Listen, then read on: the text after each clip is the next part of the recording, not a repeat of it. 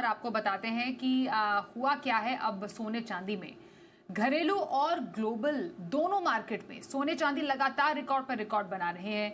सोना और चांदी इस बढ़ती रफ्तार का जो कारण है वो है क्या असल में?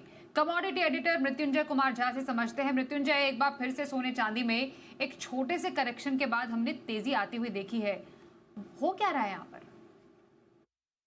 बिल्कुल, और सबसे पहले आपको बता दें कि सोने में और चांदी में इस वक्त हो क्या रहा है। सोने चांदी की कीमतों में दुनिया भर में ज़बरदस्त तेज़ी आई है। पूरी दुनिया में सोने और चांदी की कीमतों ने हड़कंप मचा दिया है और अब आपको 10 ग्राम सोना खरीदने के लिए 1,27,000 रुपये से ज़्यादा के भाव चुकाने होंगे। जी हाँ, आप बिल्कुल ठीक सुन रहे हैं, ये वही सोना है जो कुछ ही वक्त पहले 60-70 हज़ार के भाव पर मिलता था। अब ये गोल्ड आपको मिलेगा 1,27,000 से ऊपर के भाव पर।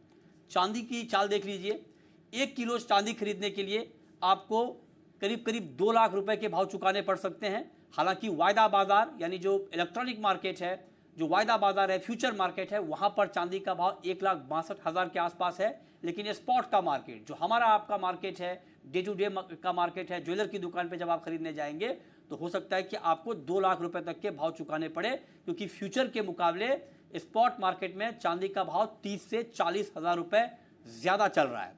ज़्यादा क्यों चल रहा है? वो इसलिए क्योंकि चांदी की सप्लाई कम है, डिमांड ज़्यादा है और उसका बड़ा इंपैक्ट कीमतों के ऊपर दिख रहा है।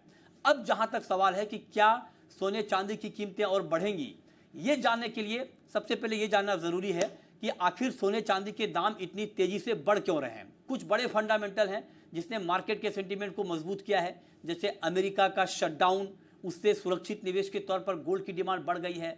अमेरिका के ऊपर भारी भरकम कर्ज है, ये भी गोल्ड मार्केट को ऊपर ले जा रहा है।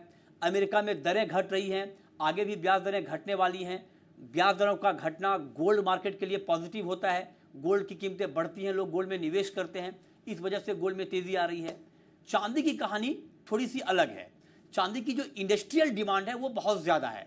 इंडस्ट्रियल डिमांड का मतलब ये कि जो इलेक्ट्रिक व्हीकल्स है उसमें चांदी का इस्तेमाल होता है, सोलार में चांदी का इस्तेमाल होता है, तो चांदी की डिमांड बहुत ज़्यादा है और उसके मुकाबले चांदी की सप्लाई कम हो रही है। इसका इम्पैक्ट हम प्राइस के ऊपर देख रहे हैं। लंदन का मार्केट जो होता है, जो आमतौर पे बेंचमार्क मार्केट चांदी के लिए माना जाता है, अब आप सोचिए कि लंदन के मार्केट में हालात ये हो गए कि लंदन में जो चांदी का भाव है वो न्यूयॉर्क के मुकाबले काफ़ी ज़्यादा है।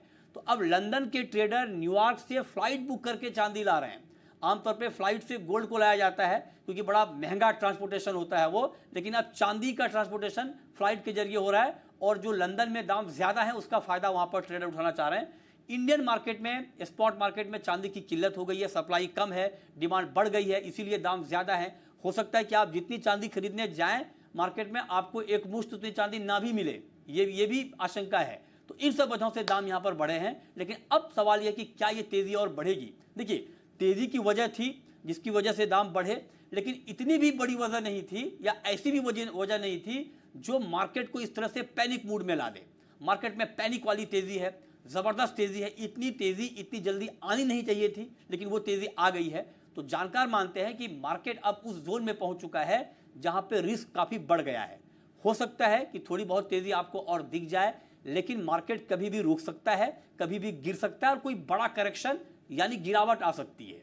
तो उसके लिए आपको तैयार रहना चाहिए, आपको जल्दबाजी नहीं करनी चाहिए, हड़बड़ी नहीं करनी चाहिए। अगर आप कोई एक मुश्त बाइंग करना चाहते हैं गोल्ड में, सिल्वर में, तो आपको थोड़ा रुकना चाहिए। दाम बढ़ने की संभावना तो है, लेकिन उससे पहले कोई बड़ी गिरावट भी आपको सोने में भी और चांदी में भी दिख सकती है। जी, बहुत धन्यवाद करेंगे आपका मृत्युंजय, सोने चांदी पर ये अपडेट देने के लिए।